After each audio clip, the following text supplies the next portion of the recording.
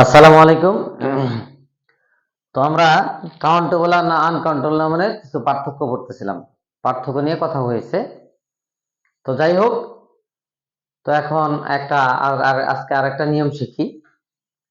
তো নিয়মটা হচ্ছে যে মেনি প্লাস কাউন্টেবল নাউন, অর্থাৎ মেনি এটা অ্যাডজেক্টিভ হিসেবে ব্যবহার হয়, অ্যাডভার্ব হিসেবেও ব্যবহৃত হয়। তো মেনির পরে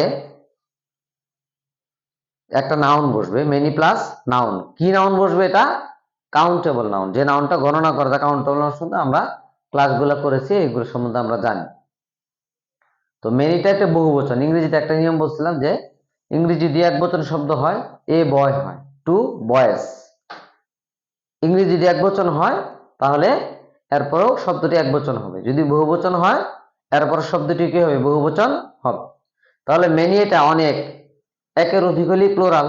তাহলে মেনি যেহেতু বহুবচন, তারপরে যে শব্দটা আমরা বসাবো ডেফিনেটলি মেনি অ্যাডজেক্টিভ বা অ্যাডভার্ব। তো এখানে মেনির পরে যে কোনো শব্দ বসছে তাহলে ডেফিনেটলি সেটা নাউন। মেনির পরে যদি বসে, যেমন মেনি প্লাস কাউন্টেবল নাউন, তাহলে মেনির পরে কাউন্টেবল নাউন বসে, এটা আমরা বুঝলাম। বাট মেনির পরে যে নাউনটা আমরা বসাবো এটা কি একবচন দিব না বহুবচন দিব? ওই যে বহুবচন দিব, কারণ মেনি বহুবচন। তাহলে মেনি প্লাস কাউন্টেবল নাউন দেব, আর ডেফিনেটলি সেটা কি হবে? প্লোরাল ফর্ম হবে। তাহলে যেমন আমরা উদাহরণ দিচ্ছি মেনি প্লাস কাউন্টেবল। কাউন্টেবল নাউনটা কি হবে?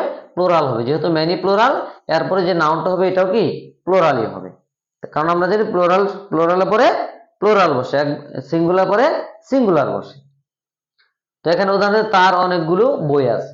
এখানে হ্যাজ হ্যাভ এজ এর ব্যবহার, হেড এর ব্যবহার, এগুলো আমরা যখন টেন্স পড়তে যাব তখন আমরা করব। যেমন এটা প্রেজেন্ট ইনডিফিনিট টেন্স, ঠিক আছে? এগুলো আমরা যখন টেন্স করব খুব শীঘ্রই আমরা টেন্সের ক্লাস দেবো ইনশাল্লাহ, কারণ টেন্সগুলো খুব দরকার।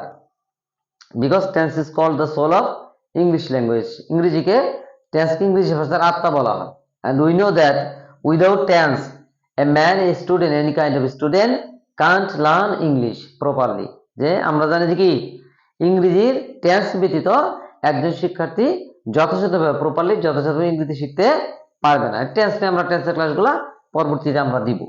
তাহলে এখানে হি হ্যাজ মেনি বুকস, এই যে মেনি বহুবচন, তাহলে এই যে বুক না দিয়ে দিয়েছি কি বুকস, তাহলে বুকটা মেনি বহুবচন, এরপরে মেনি অ্যাডজেক্টিভ, এখানে অ্যাডজেক্টিভের পরে নাউন বসাইছি।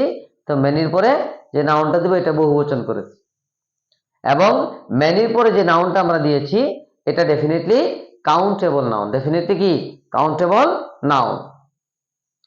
আবার আরেকটা উদাহরণ দিচ্ছি, অনেক বালক পুকুরে সাঁতার কাটতেছে।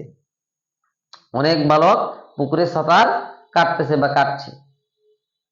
তো মেনি বয়েস, এই যে মেনি কি বহুবচন, মেনি বহুবচন, বয় না দিয়ে আমরা বয় দিয়েছি, বহুবচনের উপরে বহুবচন বসিয়েছি। এবং মেনিটা হচ্ছে মেনির পর এমন একটা নাউন দিতে হবে যে নাউনটা কি অ্যাডজেক্টিভ, মেনির পর আরেকটা অ্যাডজেক্টিভ বসতে পারে, ঠিক আছে? তখন সেটা অ্যাডভার্ব, যে ভিন্ন কথা আমরা পড়বো যে পার্ট হচ্ছে বাক্যের ভিতরে কোন শব্দ কিভাবে ব্যবহৃত হয়, ঠিক আছে? তো এগুলো আমরা জানবো, অ্যাডজেক্টিভ নাউনটা বাক্যে কোথায় বসে, এগুলো ক্লাস আমাদের হবে ইনশাল্লাহ। তো এখানে মেনিটা ধরে বহুবচন, বয়টাও বহুবচন, এবং মেনির পরে এমন একটা নাউন দেবো যেটা যে নাউনকে গণনা করা যায়, বালকগুলো গণনা করা যায়। তো আমরা আরেকটা নিয়ম বলছিলাম, ইংরেজিতে বহুবচনের উপরে বহুবচন বসে, কিন্তু বাংলায় বসে না। যেমন অনেক বালকগুলো কিন্তু হবে না, ইংরেজিতে বহুবচনের উপরে বহুবচন বসে, কিন্তু বাংলায় বহুবচনের উপরে একবচন বসে। বাংলায় এই নিয়মটা প্রযোজ্য নয়। এটা this rule is applied for English language, ইংরেজি। ওকে, তাহলে many boys are swimming in the pond. তা আমরা এই মেনির ব্যবহারটা আমরা শিখলাম। এখানে সুইমিং করেছি, সুইম, SWIM, এরপরে এমটা ডাবল করছি কেন?